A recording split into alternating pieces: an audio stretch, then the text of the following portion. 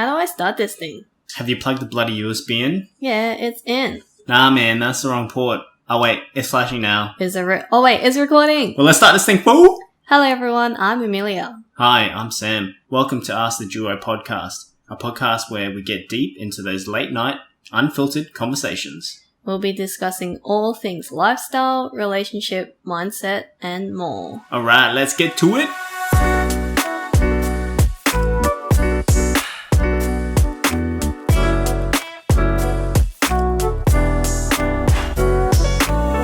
And we're back. Hello, welcome back. And we have Pete here still. And what's up? We wanted to talk about some experiences from the Queensland's best buy and seller. For BMW. Yeah. BMW represent. Brisbane BMW, 800 Ann Street, Fortitude Valley. Come see me, come grab a photo. Make sure you shake his hands. This exclusive interview with Mr. Peter Lin. We wanted to talk about, obviously being a sales rep or buying and selling, you have to be a really confident person as well, especially talking to your clients or your customers. So what we wanted to discuss today is talking about building confidence. Yes, building confidence, which can go quite a long way in your journey of life, right? So, But jumping back before we deep dive into that, Pete, would you say that you were always a confident person? No, I would say I wasn't. Dun, dun. I was very guarded, very introverted growing up as a kid. Probably mainly from, I guess, childhood, really. So it did take me a bit of time to come out of my shell and become more confident in terms of even things in general, just like, talking to people, whether it be friends or family or at work. It took me time to build that confidence, I guess. Yeah. You moved to Australia, at a young age, is that right? Yeah, I left Taiwan when I was like 6 months, baby. So pretty much, yeah. Yep. So wait, so you were always in Brisbane, yeah? No, I actually lived in New Zealand first for 7 years. You're a fucking Kiwi, yeah, bro. Mouse. Hey, sure, bro. Fish and chips, bro. Was the accent. Nice. So yeah. you obviously left Taiwan and then you moved to New Zealand and then we lived there for 7 years and then moved to Brisbane. True. Yeah. Yep. Did that help you build or influence your confidence then, would you say? No, I'd say it's more so, I was always pretty like a shy kid growing up, through school. Even, I guess, till high school, I was pretty introverted and shy. So it was only really after I started, I'd say probably started my job, like a customer facing job. That's when my confidence started to improve. Yeah. So I started off working in hospitality, so as a waiter. Yeah. So yeah, it's really, I guess, people focused. But even then, I guess you didn't really have to talk to people that much. It's more so when I started working in sales. Yeah.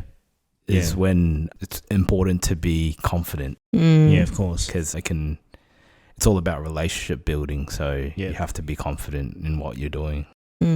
So as you started transitioning into sales and that type of job, were there certain things that you focused on or you worked on to build that confidence? One thing I found was it's all in your head. Mindset plays a huge part in confidence. Yeah. For me, reflecting back, it was probably caring too much about what other people thought about me and trying to please everyone. Yep. And worrying about what other people thought. That was probably what made me not a very confident person. So being in sales, you go through a lot of training, also life experiences which I guess make you realize how to become more confident, I guess.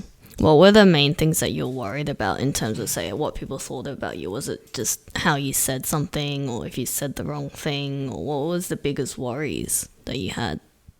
I think it was more so not being liked by people. Yeah. Yeah, that's a really good one. Which was it's probably a common thing, like being too much of a wanting to be a people pleaser. Yeah. So you're always thinking, oh, am I gonna say the wrong thing, or am I gonna say something that's gonna offend someone? And then they're not gonna like me, and overthinking things. Yeah. Or you lose your job because you said the wrong thing or something. Yeah. Catastrophizing yourself. Yeah, so I think it'd be things like that. But also, I think another thing was, it might sound a bit funny, but also I find physical appearance has a lot to do with confidence as well. Yeah. True. One thing that helped me build confidence was, going to the gym more frequently and working on yourself. Yeah.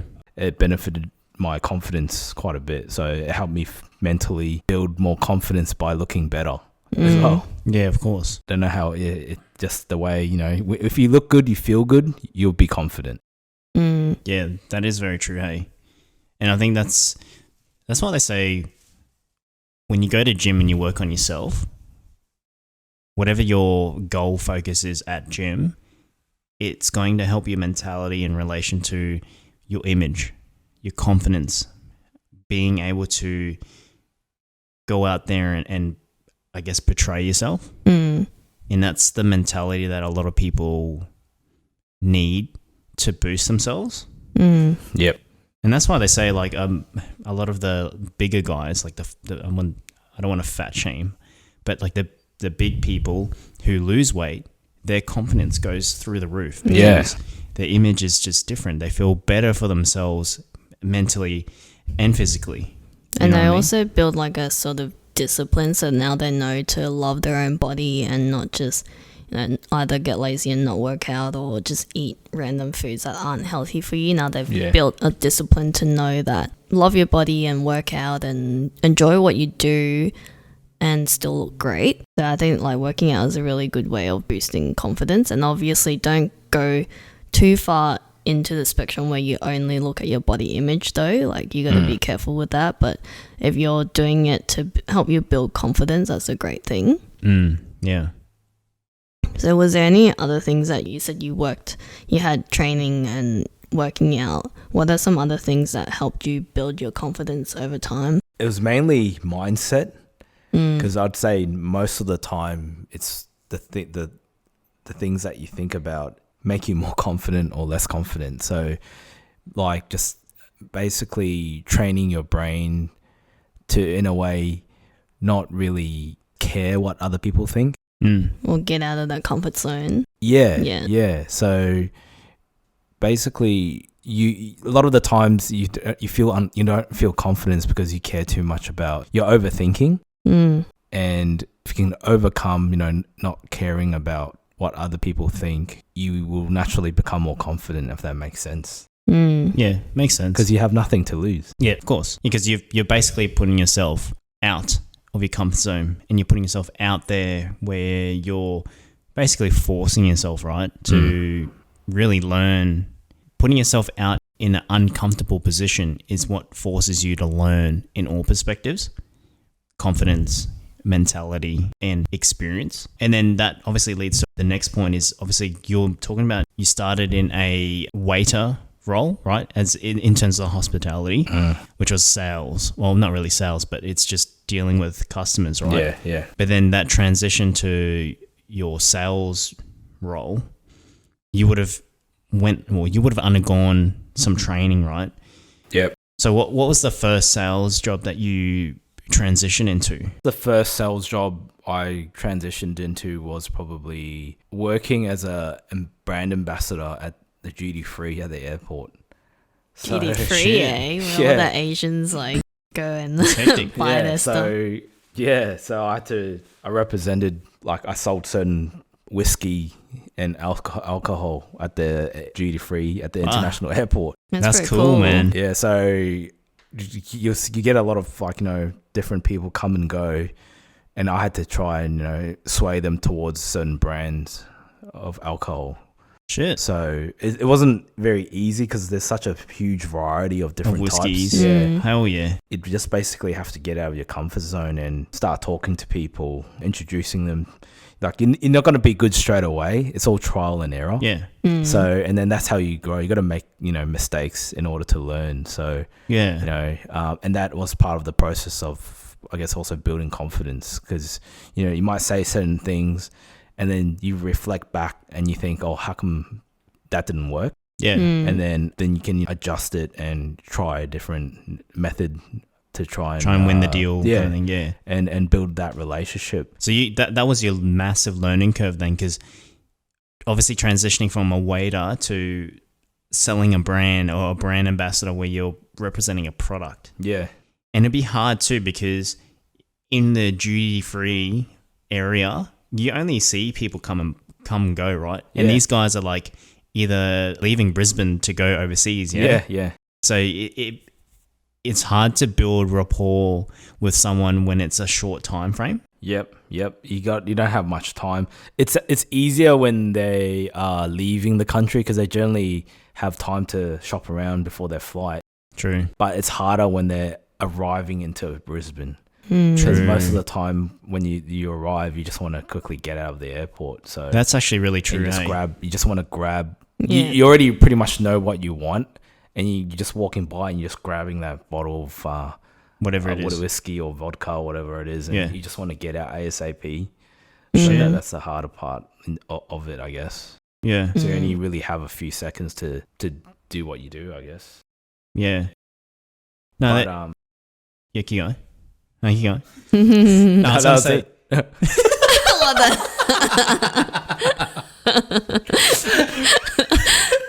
No, Did it. no, what I was going to say is I'm kind of relatable to that because I did sales as well. So I used to work at David Jones, but the difference with David Jones is they pride on 5-star customer service.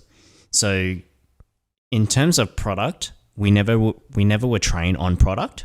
Well, we were, but not as heavily trained.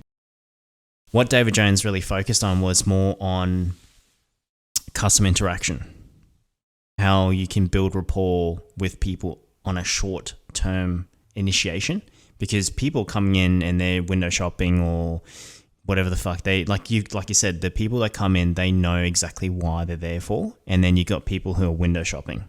yeah. So you don't have much time with that person. Yep. So with that experience, it's really being taught how to, one, read people's body language, two, how to choose the choice of words when you have conversation with customers. So it and the third one is really putting yourself out there and having that conversation with people and knowing what they want as an objective. You know what I mean? So very similar, but obviously with a bit more training when it comes to customer relationships and that stuff. Yeah.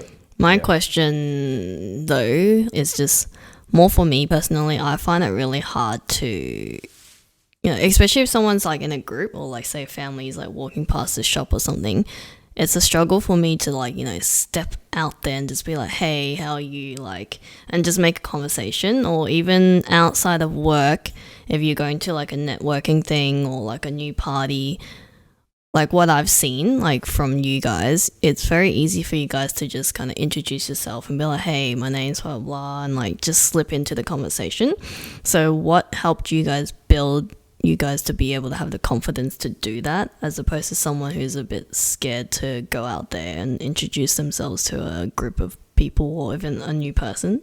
I think for me, I keep saying it, but it's really, for me, everyone's going to have different ways about it, but my strategy or my thought process of it is just do it, just like do it your shirt. just do it, and honestly, just don't care about what people will think about you, because before I used to care, I always wanted to be liked by everyone, but then as you grow up, you're gonna realize everyone's you're not gonna be able to please everyone. Yeah. Or So- even think that that's just one moment in your point in life where you just push yourself out there, Yeah. and in that person's like memory it's only like a few seconds, whereas Yeah. for you it feels like a lifetime just Yeah. to push yourself out there and be Yeah. like, hey, my name's like Amelia. Yeah. And then to do that, it may actually benefit you because you might make a new connection or like build rapport if you're working and stuff like that. Yeah. So yeah. it's just less of thinking what would go wrong Yeah. and think of what can go right. That's right. Yeah. Yeah. Because like literally like 99% of the battle is in your head, and 1% is actually like the reality of Yeah. actually the thing that's happening. Like even if you say something wrong, or do something wrong, people will forget about it. Yeah. Over time, like it's like everything. Time will fix everything. You might do it wrong, but probably a week later, that person's already forgot about it. Yeah. But then you mentally think that you're so conscious about doing everything correct that Yeah. it makes it hard. It's like a mental battle to actually do it. But if you actually just do it and go out there and just enjoy what you're doing at the time and live in the moment, Yeah. it makes it a lot easier. Like Yeah. not caring, essentially. Yeah. Yeah. Or you can just laugh it off too. Yeah, exactly. Yeah. So, and they might be like impressed or enjoy how you are, like how confident you are by Yeah. doing that, even though you might think like you're not. Yeah. Fake it till you make it. Yeah, yeah, pretty much, exactly. And they Fake it till you say make it. that there's a term, right? First impression goes a long way. Yeah, And I think if you don't think too deeply about yourself and you just be yourself, that can go further, yep. which could be a really beneficial thing for you. Yeah, and also like to make that first impression or to talk to someone, you have to essentially make that first impression, because if you don't actually go out there and say hi or introduce yourself, you like that opportunity wouldn't have even been opened because you didn't take that initiative to start that conversation. Yep. Yeah, of course. 100%. So doing something is better than not doing anything. Yeah, Yeah. exactly. Yeah. For me, I'm kind of similar to you, Pete, where it's just putting yourself out there and overcoming the whole doubting, your self-doubt. Yeah, Because once you put yourself out there and you warm yourself up to being uncomfortable, you get comfortable. Yeah. As strange as it fucking You like sounds. reset the bar Yeah, of yeah. what you're comfortable Yeah. with. yeah. It's like, for an example, it's like when you used to do orals for like your uni or whatever, you're not thinking... This is what happens when you do a podcast with guys. Well, I didn't say anything. The looks. Well, you guys like locked eyes. yeah. But what I was trying to say was, it's like when you're in high school, when you're in uni, how you have to do a presentation, like Yeah. an oral, your nerves is what stops you from actually going up there and doing it.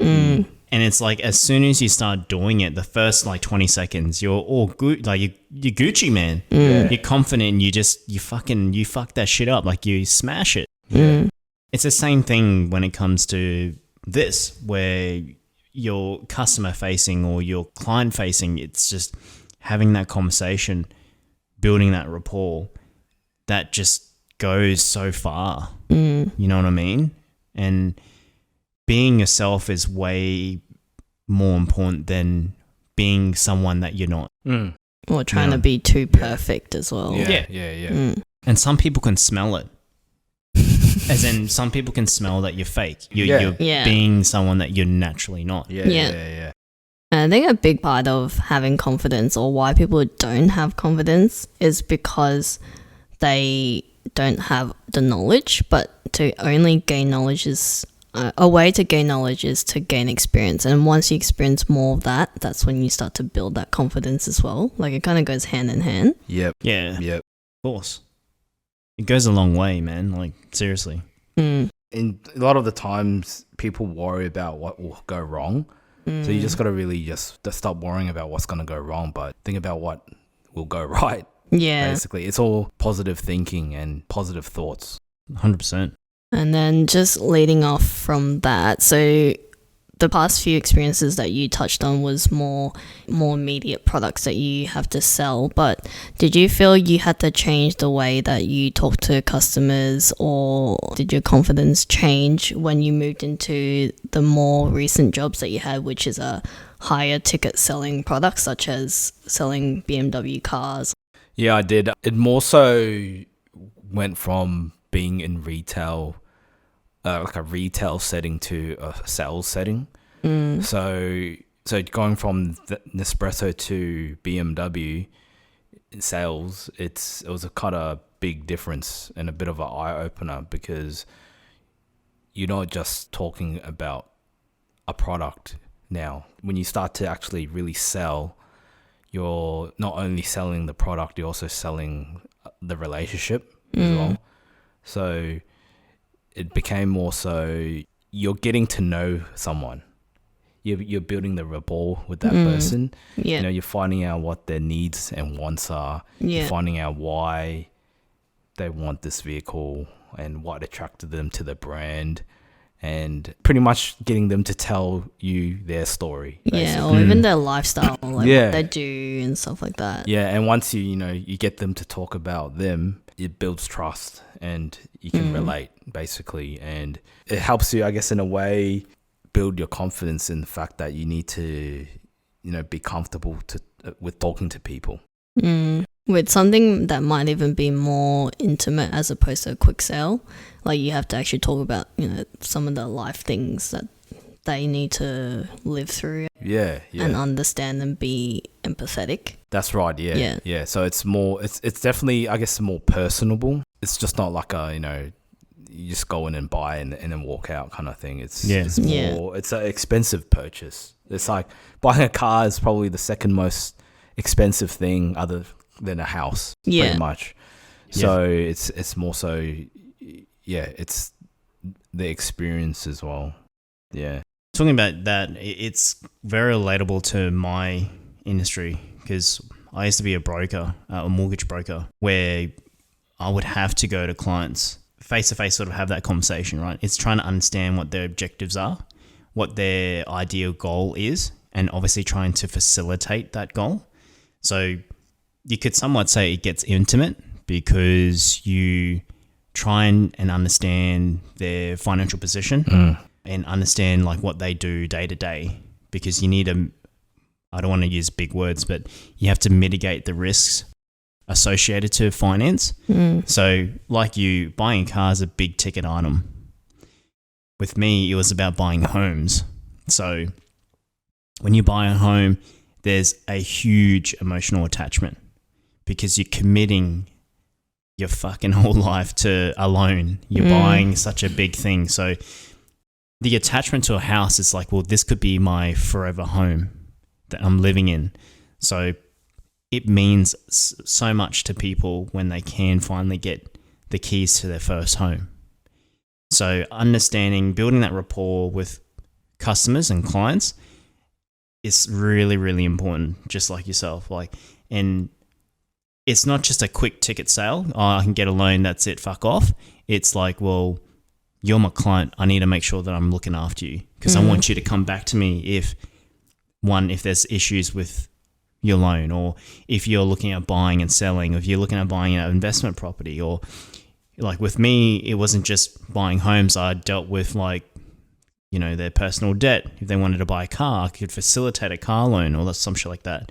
So I was like their financial component in their life.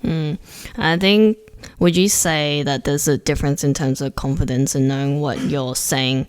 The difference between like a small product as opposed to a high ticket selling product is that when you're selling a small product, you can build the confidence to have like a quick small talk. Then when you sell a bigger item, you have to constantly go back to the same person. So you have to build the confidence in knowing what you do and knowing that you're tailoring your solutions to the person. Yes, you need to have that self-confidence to have the conversation. So regardless of what the ticket item is, right, it's having the conversation to be confrontational at times, because you need to be able to go to the person and be like, hey, can't afford this, or hey, you need to afford this, or you need to change your habit to afford this, right? It's very important to have that conversation and putting yourself outside that comfort zone, because sometimes when you talk about money's a sensitive topic to some people. And you need to be able to adjust your ability to communicate, because you can't say certain words or you can't structure certain words to certain people, because some people are sensitive to, they're sensitive to certain things, you know what I mean? So you have to build, well, not just the confidence, but you need to know what you can or can't say, if that makes sense. Yeah. Like everyone's got like a different personality type as well. So everyone's got, it's different profiles of people. So, you're going to get fast paced, slow paced, factual, relationship based. So you have to really mimic the type of person you're talking to, because a fast paced person will not get along with someone that's slow paced. Because they'll find that annoying. So you got to be confident in the fact that, you got to be able to match their level. And be able to read people and read them and basically be on their level in terms of how they are. It's really just experience. The more you do it, the more comfortable you become. It's like with everything in life, like gym, the more you go to the gym, the more comfortable you're gonna get. You're not gonna get results straight away. It takes time. And it's just like that with everything. Like you get confident by repetition.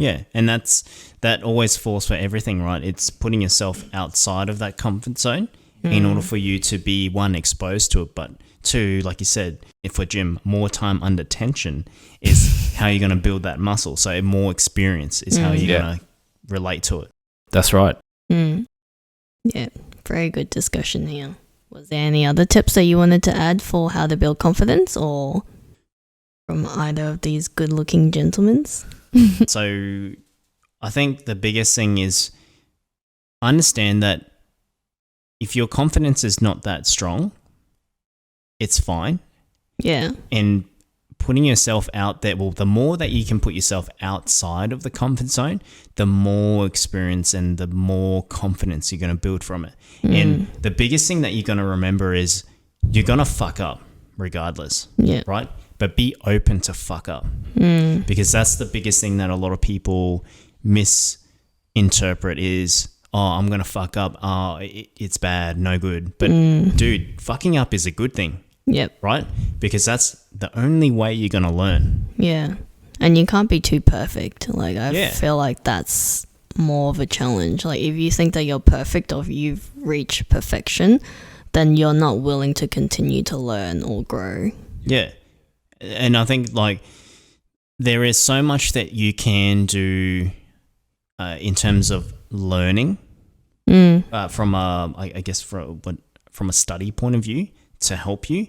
But I think real world experience is where you're going to get your self-confidence or building that self-confidence. 100%. It's got to really just get out there and make mistakes. And that's how you will learn. And no one's perfect, so no one knows everything. Like, I don't know everything. If you knew everything, I'll be God or something. That's true. So no one, there's always, no one knows everything, and there's always room for improvement and always something new to learn. And there's no one way about it. Like, everyone has their own ways of learning. So there's not one way to bake a cake, for example. Like, everyone, if I gave like Amelia, Sam, and myself all different ingredients, we're all gonna bake a different cake. It's not gonna be exactly the same. So there's no one size fits all, basically. Of course. You'll naturally find your own style about how to feel confident. Feel confident and learn, basically. So it's just finding that style and committing to it and be committed. And want to do it. You got to want it, otherwise you won't get there. Exactly. If you want to be confident, then you got to get out there and try to improve. And I consider self-confidence like a skill, because a skill is something you just keep doing, and that's how you get better at it. So the more you do it, the more the better you get. Yeah, it's like an attribute for like a game or something. You keep doing that specific attribute, and that's how you're going to build it. Yeah, build that XP. That's it. That's man. it. That's it, man. Yeah, that's it. And then you evolve. That's it, mate. Yep. Into Charmander. Yeah. Charmander. We're just in sync today. Charmeleon. And then into Charizard, baby. Far out. That's it. Yeah. Trust in yourself. Yeah. Trust the process. Trust yourself. Yeah, that's it. Like back in the day, I remember I struggled to look people in the eye when I talked to them. Oh, really? Oh, really? Yeah, so that's how like not confident I was, or shy. Like when I was talking to someone, like I struggled to look them in the eye. Like I would look away or wouldn't look them in the eye because I felt like, you know, I just felt uncomfortable. Yeah. And then, you know, I knew that was like one of the, you know, weaknesses I had. Yep. So then I knew what was like I had to do. So yeah, I started slowly doing it bit by bit. People in the eye. Stare at them for longer. Yeah. Like and it's just knowing, and you also got to know where your weaknesses are, and that's how you can improve. Yeah, acknowledge that you have a weakness, and don't think that it's a bad thing. Like acknowledge that you have a weakness, and now you know your opportunities on where to grow. That's right. Yeah. That is very, very true. Hey, because even when I was young, like I had massive confidence issues because I couldn't stand up and talk. Like I hated speeches. I hated being put on the spot. Like, you know what I mean? I used to, you know, fuck up when it comes to that sort of shit. And I knew that. But I think the biggest learning curve for me was, one, acknowledging it like what you said. And two, it's putting yourself out where you're always uncomfortable to really learn.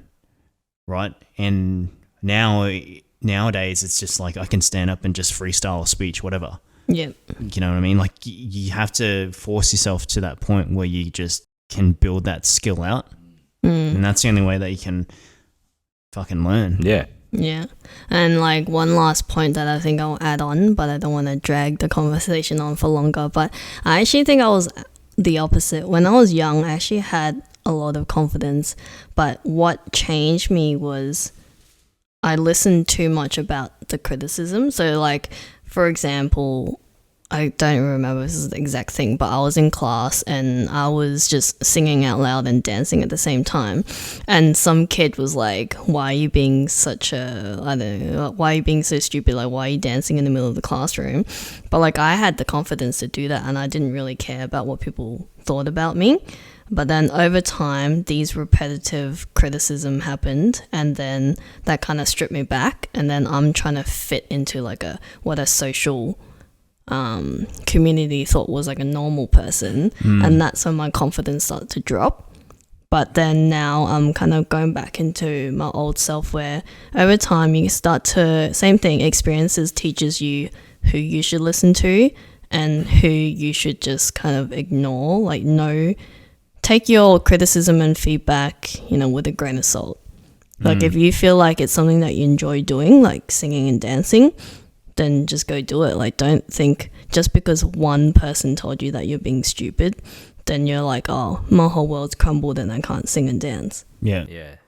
100%. There's always going to be that one person. Yeah. There's always going to be that one hater out there. Yeah. I love haters, bro. That's why a hater's going to hate, you know? Yeah, Come at me, bro. So you just got to enjoy. You got to just... Yeah. They're probably like, deep down, damn, I wish I could sing and dance like that person. I know, right? And then so they become like full negative. Yeah. We've had a pretty good fucking conversation about self-confidence and obviously where we started to where we are now. Guys who are listening, let us know in the comments like what you guys did to grow out of that or even to build your self-confidence from the get-go. And hopefully the ones who are still looking to build confidence, hopefully this conversation did help you and give you a few tips and pointers. Yeah. And just reach out if you need help. Yeah, for sure. Yeah, that's actually a good point. Yeah, just reach out. Speak up. Don't keep it inside. Yeah, I think talking to people who has the experience can actually guide you or even mentor you. Yeah. Yeah. That's actually a really good point. Yeah. Nice. Yeah. Thanks for that last and final tip. No and worries. thank you for joining us. Thank you for having me. Thanks, guys. Bye. Bye. Thank you so much if you have reached to the end. We really appreciate you for tuning in. And if you like what you hear, please share it with your friends or family and subscribe to our podcast on whatever platform you are listening to. Make sure you share any topics you'd like us to cover or questions you might have to our Instagram. Slide it into our DMs. Pika. You can also stay in the loop of all the behind the scenes and the release of our new episodes there too. Our Instagram is Ask the Duo Podcast. That's AskTheDuoPodcast.